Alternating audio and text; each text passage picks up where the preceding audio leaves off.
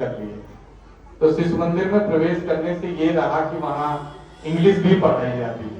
पहले तो डाकपट्टी में इंग्लिश पढ़ाई नहीं जाती थी 5वीं क्लास तक, तो फिर हम इंग्लिश वहाँ पढ़ने के लिए 5वीं क्लास तक गए। फिर गांव में 4th क्लास तक पढ़े, फिर चले आए शहर। पापा जहाँ पढ़ाते थे मेरे टीचर रहे, तो उनके साथ फिर मैं आगे फिर शिशु मंदिर में ही प्रवेश किया।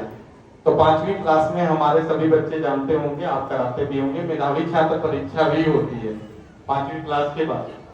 तो ये भी ईश्वर की कृपा रही थी कि मैं उसमें तीसरा स्थान पूरे जिले में पाया था। और उसके बाद उस समय गौरीगंज एक जगह है अमेठी में, वहां पर मुझे पुरस्कार मिला था। तो वहां से हौसले मेरे शुरू हुए थे बढ़ने। इसके बाद क्योंकि तब तक मेरे समय तक 5वीं क्लास तक ही शिशु मंदिर में पढ़ाया जाता था। फिर 6वीं 7वीं 8वीं दयानंद जूनियर हाई स्कूल, जो इसी की एक ब्रांच है, आर्य समाज के द्वारा चलाई जाती है, तो वहां पर मैं पढ़ा। इस तरह से मेरी बेसिक एजुकेशन इसी संस्कार में गुजरी है। इसीलिए मुझे बहुत खुशी महसूस हुई जब भाई साहब ने मुझे कहा कि आप बसंत ऋतु पंचमी में सरस्वती शिशु मंदिर पे आइए और अपना संबोधन करिए। तो मुझे बहुत खुशी हुई, इसके लिए मैं आपका हृदय से धन्यवाद और आभार व्यक्त करता हूँ।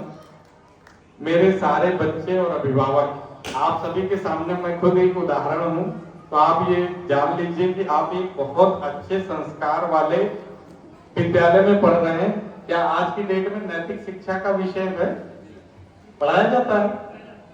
वो जो पढ़ाया जाता है नैतिक शिक्षा, वो जीवन भर आपको आपके कर्तव्य के पथ पे ले जाएगी और माँ बाप के हमेशा संस्कारों को याद दिलाएगी और उनके आशीर्वाद से ही आप फले फूलेंगे।